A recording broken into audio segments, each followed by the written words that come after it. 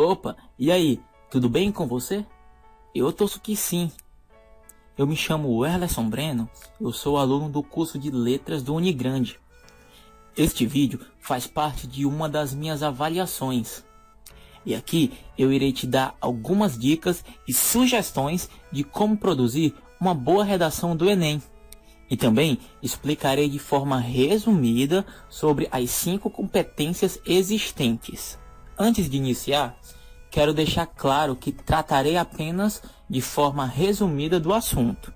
Não irei me aprofundar 100% no conteúdo, mas ainda assim eu posso te garantir que você irá tirar aproveito de várias informações.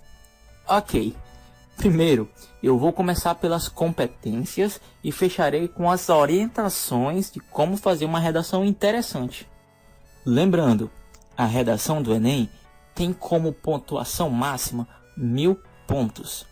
Como vocês já conhecem, acredito.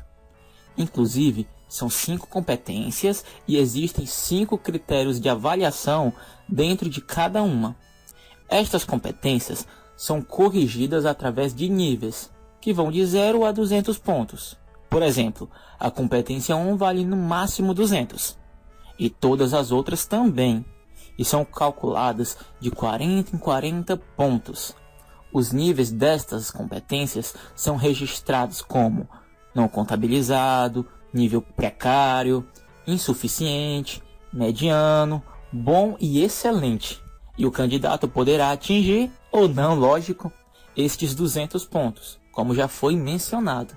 Partindo agora para a competência de número 1. Aqui é exigido que o candidato demonstre ter domínio da língua portuguesa, só que na modalidade escrita, o que também podemos chamar de norma culta. Ou seja, aqui nós não podemos escrever exatamente da mesma maneira como nos comunicamos no dia a dia, por meio da fala. Até porque é mais comum falarmos mais informal ou de maneira mais espontânea, descontraída. E obviamente você não irá começar uma redação introduzindo as palavras de maneira natural, como se você estivesse falando com seu amigo de sempre. E aí, leitor, beleza? Se liga aqui no texto. Não é bem assim que a banda toca.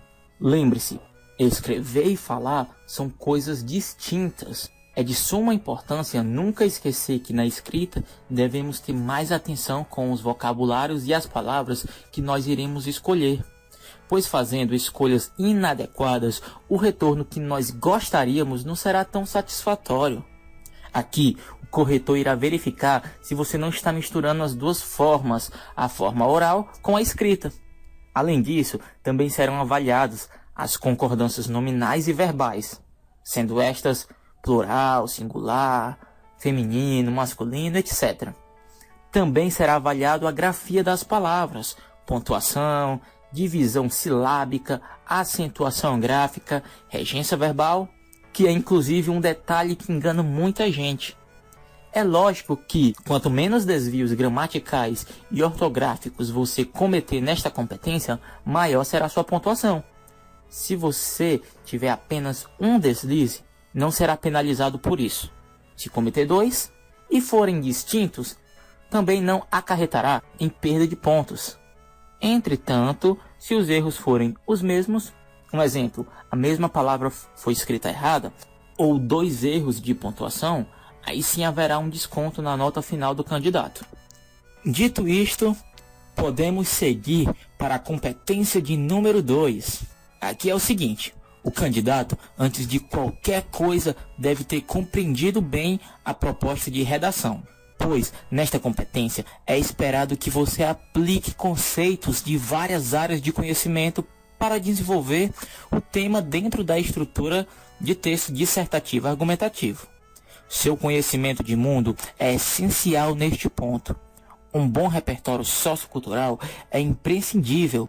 Citarei agora alguns repertórios socioculturais que são comuns na banca do Enem, sendo estes citações filosóficas, cenas de filmes, séries, trechos de músicas, dados estatísticos, alusão histórica, que são fatos ou pessoas não necessariamente reais. Você também pode citar voz de autoria, entre outros. Ah, essa voz de autoria é uma frase de alguém considerado conhecido. Por exemplo, uma frase do César Cielo. Ele foi campeão olímpico na modalidade de natação, porém é alguém popular, vamos dizer assim. Mas e aí, deu para entender mais ou menos? Mas lembre-se, este tipo de acréscimo no seu texto deverá ser inserido de forma coerente. Você não vai saltar do nada na sua redação um trecho da sua música favorita pelo simples fato de ser algo que faça parte do seu gosto pessoal. Tem que fazer sentido dentro da proposta exigida. Ah, mas ô tio, eu tenho uma pergunta. Eu sou obrigado a colocar esse tal repertório na redação toda? Não, não é obrigatório adicionar na redação por completo. Minha dica é importantíssimo você ter no mínimo uma coisa referente ao seu conhecimento de mundo dentro da sua produção textual. Se você colocar na introdução e desenvolvimento é melhor ainda. Agora no desfecho não é tão necessário. Ter um repertório bom é interessante, mas não é porque você conhece bastante coisa que vai sair entupindo a sua redação só de dados e citações. Nananina não. Agora vamos para a competência 3. Essa tem como foco a sua maneira de argumentar. Ou melhor, é neste ponto que entrará o seu projeto de texto, pois os corretores levarão como considerações a maneira que você irá organizar, relacionar, selecionar e interpretar suas informações, opiniões e fatos em defesa de um determinado ponto de vista. É de suma importância na sua composição que você deixe registrado sua marca de autoria. Caso você seja uma pessoa desorganizada nas ideias, você poderá não se sair tão bem neste ponto. Mas essa competência não é um bicho de 7 cabeças, longe disso. Desde que você saiba encaixar bem seu raciocínio dentro da proposta do texto. Seguinte. Nesta competência, você deverá saber interpretar seus próprios argumentos e os desenvolvendo em defesa de sua tese, que é obviamente o seu ponto de vista. É de suma importância que, independente do tema, o candidato deverá saber como construir cada parágrafo. Lembra que eu disse que neste ponto é necessário saber organizar, relacionar, etc, etc, etc? Pois é. Isso quer dizer que você não irá sair escrevendo tudo que vem na mente. Você pode ter várias ideias sobre o que irá passar para o papel. Só que neste momento, você terá que selecionar o que é mais relevante para ligar melhor no seu texto. Por exemplo, aquele repertório sociocultural da competência anterior, ele tem que aparecer na hora e no momento certo e que tenha coerência com o tema abordado. Óbvio. E como já foi mencionado, nós não podemos introduzir o nosso conhecimento de mundo o tempo todo aleatoriamente na nossa redação. Antes de seguirmos para o próximo assunto, vale dizer que é comum alguém confundir as competências 2 e 3, achando que ambas se tratam apenas de ter um bom repertório, mas não. Enfim, finalmente chegamos na competência de número 4. Ela contribui com outras. E a primeira tem uma forte ligação com esta. Aqui o foco é na coesão, que faz relação à ligação do texto. Nosso texto deve ter costuras. Tá, mas o que é isso? Fica tranquilo que eu vou explicar melhor. Então, para começar, você deve ligar palavra com palavra, oração com oração, parágrafo com parágrafo e assim por diante. Tudo isso dentro do seu texto. Lembre-se, um texto coeso é quando as ideias apresentadas estão bem articuladas com as demais. Para isso, nós iremos utilizar uma coisa chamada de conectivos. Para quem não sabe o que é isso, ou não lembra, eu vou dar uma reforçada rapidinho. Gente, os conectivos são palavras ou expressões que ligam as ideias, ligam os parágrafos, frases, etc. Existem inúmeros para você enriquecer ainda mais o seu texto. Tem os conectivos de introdução e relevância, que são aqueles, por exemplo, primeiramente, sobretudo, principalmente. Tem os de sequência e continuidade, por exemplo, depois, após, em seguida. tem os de conclusão, resumo, adição, entre vários outros. Continuando, como já referido, aqui nesta competência você deverá ligar seus argumentos internos e os parágrafos. E lógico, sempre evitando repetições.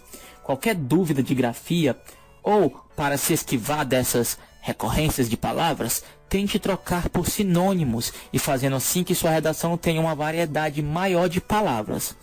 Mas não faça que a sua redação perca o sentido, caso realmente seja necessário essas alterações. E não esqueça, para uma boa nota nesta competência, você deve ter períodos e parágrafos bem estruturados, tá bom? E para fechar esta parte, vamos comentar um pouco sobre a competência de número 5. Eis que finalmente chegamos na proposta de intervenção. Apesar de ser a última competência, é tão importante quanto as anteriores.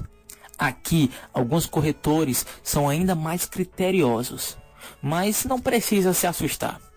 Vou explicar como que funciona esta parte. Afinal, o que é uma intervenção? Então, é propor ações praticáveis relacionadas ao texto que foi escrito e principalmente que respeitem os direitos humanos para amenizar ou, se possível, solucionar a problemática dada. Tá, mas o que os corretores cobram tanto nesta competência? Primeiramente, o corretor deseja ver se existe uma proposta de solução para o problema abordado. Em seguida, o candidato deverá mostrar para quem está lendo como que essa sua solução será colocada em prática. Para isso, você deve detalhar sua conclusão, obviamente contando com mais detalhes como ela será introduzida.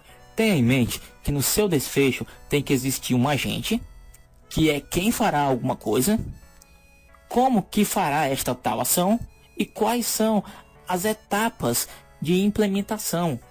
E por isso que é interessante você entender o tema. Por exemplo, deixa eu ver, no tema violência contra a mulher. Se você citar o Ministério da Justiça e Cidadania, aqui nós já temos o nosso agente, que é quem irá fazer alguma coisa. Mas e agora, o que esse agente irá fazer? Então, é neste momento que entra a ação. Vou improvisar aqui, tá, gente? Então, qualquer coisa, perdoem. Tá, a ação é que o ministério citado deveria garantir com mais eficiência a segurança das mulheres, implementando algum tipo de monitoramento, sei lá. Neste momento, você citaria que tipo de monitoramento seria esse. Estou apenas inventando na hora aqui. E que esse monitoramento reforçasse a vigilância sobre as mulheres, por exemplo. Aí você vai desenrolando sua conclusão. Esse foi apenas um exemplo aleatório. Você não precisa se prender à ordem destes elementos para concluir sua redação, contanto que todos possam aparecer durante sua proposta de intervenção, claro. Pronto, eu já expliquei resumidamente como que funcionam as competências. Agora eu vou ser breve. Já que você conhece um pouquinho sobre as 5 competências, está na hora das dicas e os famosos bizus, né? Que é uma expressão que é bastante usada. De certo que para algumas pessoas são orientações óbvias que eu vou falar agora, mas com certeza irá de alguma maneira ser útil para alguém. Então vamos prosseguir. Uma das principais regras, vamos dizer assim, para uma boa redação é a leitura. Leia bastante. Quanto mais você tiver contato com a leitura, será melhor. Assim, você irá desenvolver ainda mais o seu vocabulário e quem sabe até, dependendo do que você for ter contato, também expandirá o seu conhecimento de mundo, que é o repertório sociocultural. Viu só? Só nessa primeira dica já engloba algumas competências. Uma observação, eu não sou tão velho assim, e nada contra. Entretanto, na minha época, a gurizada lia muito o gibi da Turma da Mônica. Infelizmente, hoje é raro esse tipo de contato com os gibis, quadrinhos, etc. Os adolescentes, infelizmente, não largam o celular. E é outro ponto que influencia diretamente na escrita. Sabe aquele ditado da vovó, que o costume de casa leva à praça? Acho que é assim. Pois é, os jovens estão focados nas redes sociais que perderam o hábito de escrever a punho. É tudo digitalizado. E para piorar ainda mais, Muitas pessoas digitam com abreviações e isso só tende a piorar.